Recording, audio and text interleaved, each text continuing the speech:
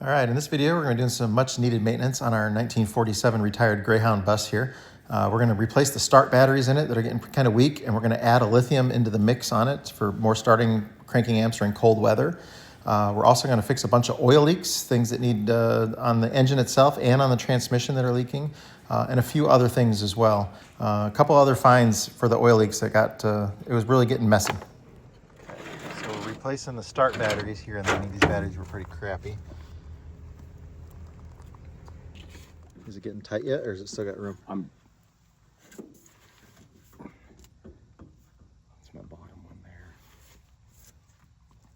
This cable's just, I really don't want to. Feels crunchy under, you know. Yeah.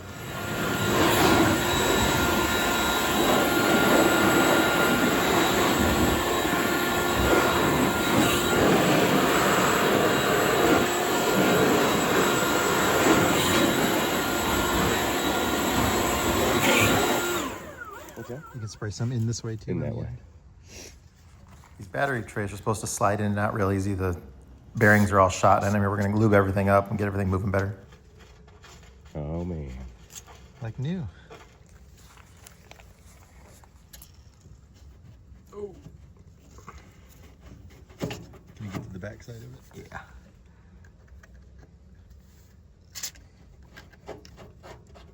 It's definitely working, right? Oh yeah. I haven't lubed that since I've owned the bus.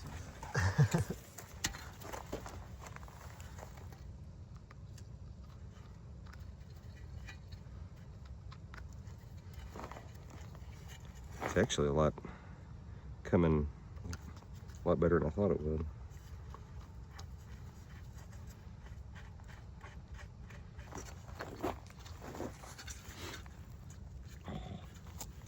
Is that one not spinning at all? That one's going to take a little bit there.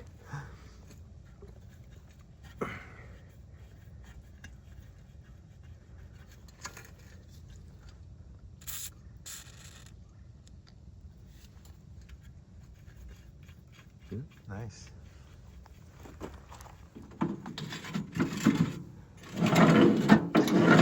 Stop.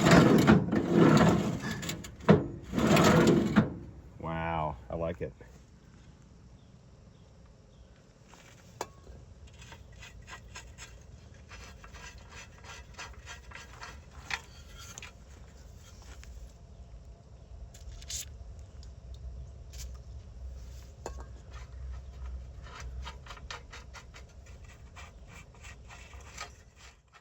We're making some brackets to help hold these Group 31 batteries a little tighter in there.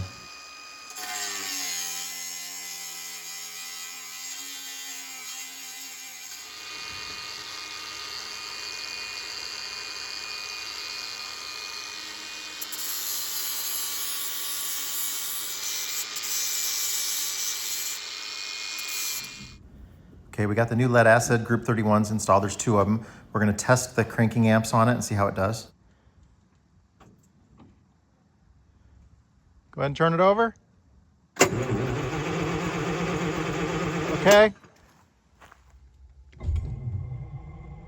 So let's drop into, hold it down for a few seconds. I want to see what it's, go ahead. Okay.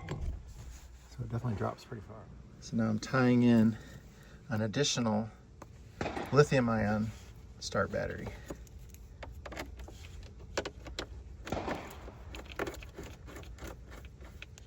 So this gives me 3 Group 31s then.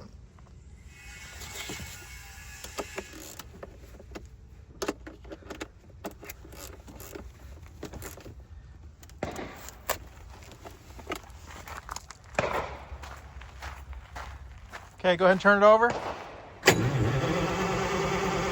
Okay.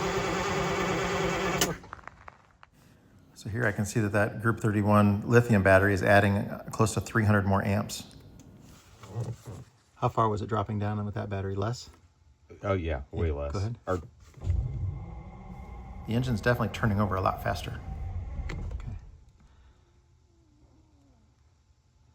I can't believe it didn't fire. oh, I let off. Oh. I think she was right there. You want me to go ahead? Yeah.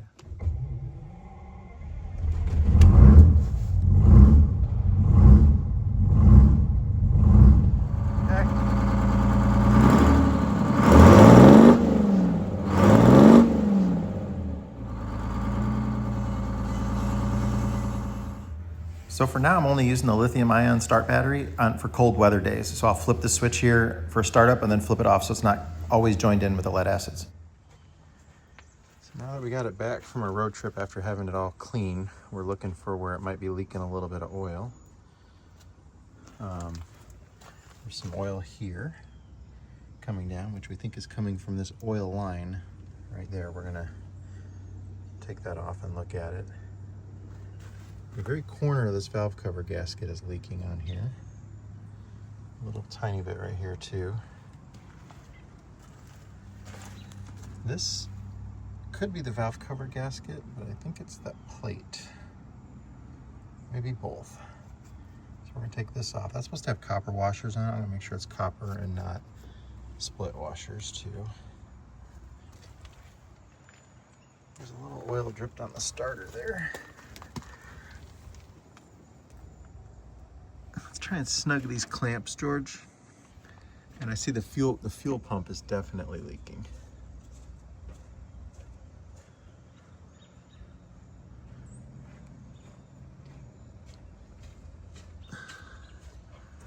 Other than that, everything's pretty dry. These were pretty loose. That one was probably finger loose almost, right, George? This one? Yeah. Yeah, it's really loose. Yeah. You don't want to go crazy tight on either, but there we go. This was loose, right? Yes, yes.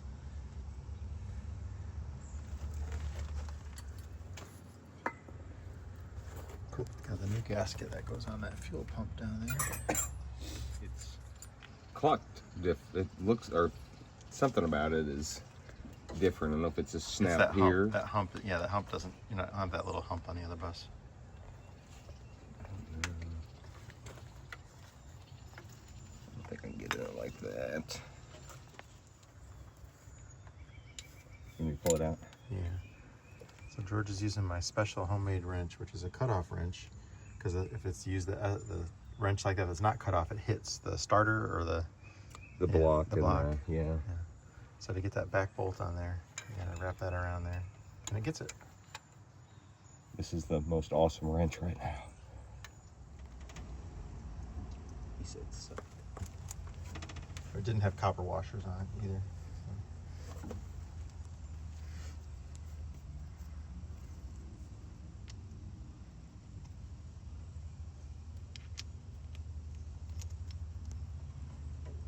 Did you make sure which way it's clocked in there? Is that the way it came off? If you haven't spun it, it should go right back on.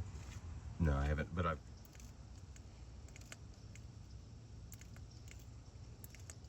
So that's my dipstick tube. Okay, look like a. That's got to be leaking.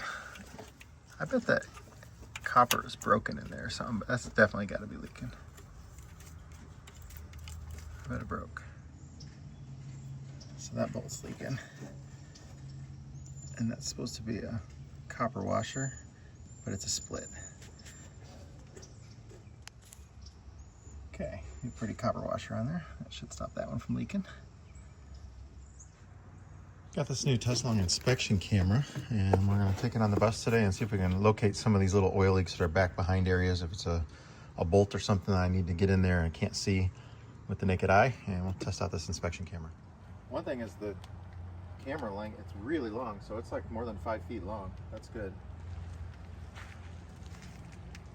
It has the articulating end scope on it there, where you move your thumb on here and that moves the camera around. You can go all the way back that way to there. It's bendable for whatever position if you want to get behind something.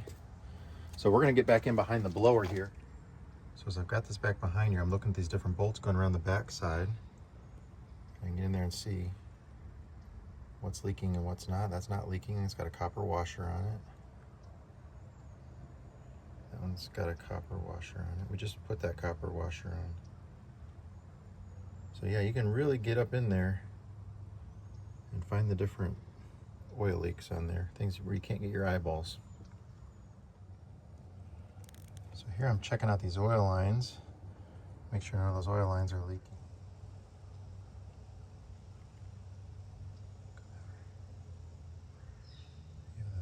looks pretty good. It's a little oily back down under there.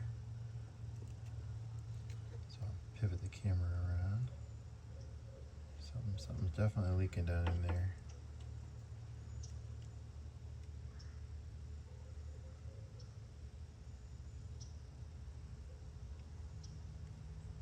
I can click a button and take a picture. The button to click is on the back of the camera here. So if you just click that, you take a picture. Very easy.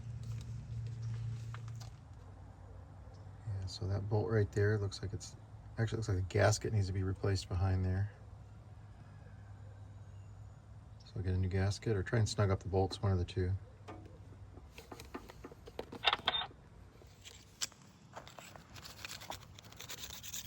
So we cut this one to the right length, and if we look at the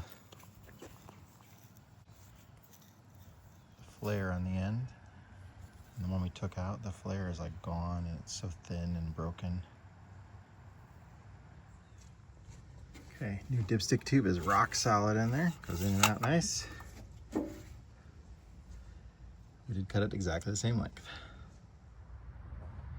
So we cleaned this really good for the trip, and it's leaking here, here, here, maybe even around this here. So I'm gonna put copper washers back behind these. They're just regular lock washers right now, and hopefully that'll seal it up. But it's definitely running down here and dripping on the ground. Yeah, it was definitely leaking from back behind the bolt, so a copper washer should seal that up. It was plenty tight.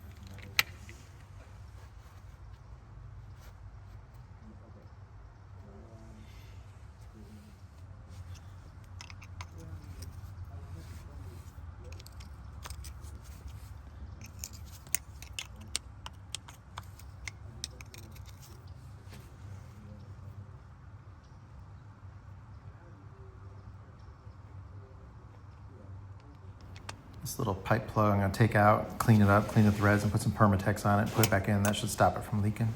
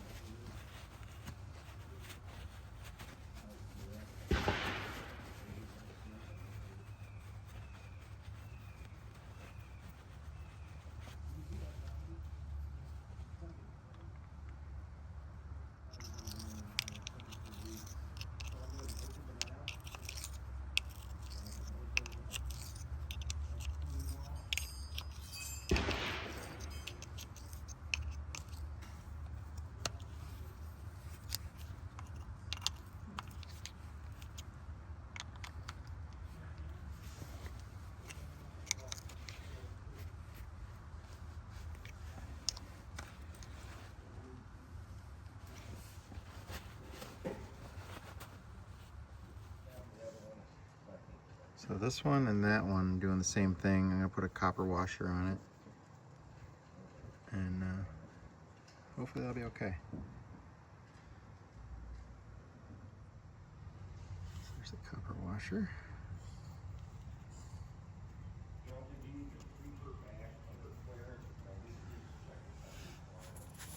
And I got one more for the top one. It was definitely leaking around there. So the copper washer should solve that.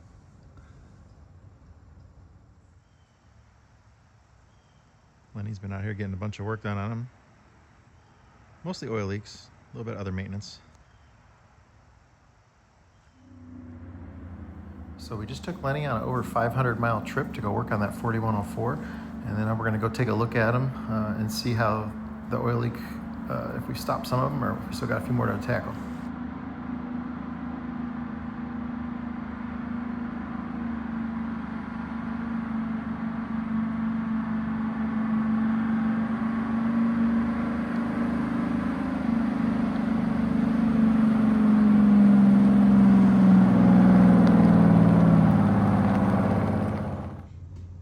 So we just did a 500-mile trip. That oil leak there is taken care of. The one down here that was dripping on the starter, looks like that's taken care of. That valve cover gasket is still leaking on there, so I'm gonna need to get a new valve cover gasket for it. The dipstick tube, that held up real well. Everything looks real clean down there. Those copper washers look like they fixed those oil leaks too. Looks like I still got something on the water pump though. Looks like the water pump one's leaking a little there. Not bad. There's no drip on the ground right there. That giant puddle right there is from my air dryer discharge. So my air compressor is passing a lot of oil. So I just ordered a new air compressor from Luke at US Coach since that's passing oil internally there.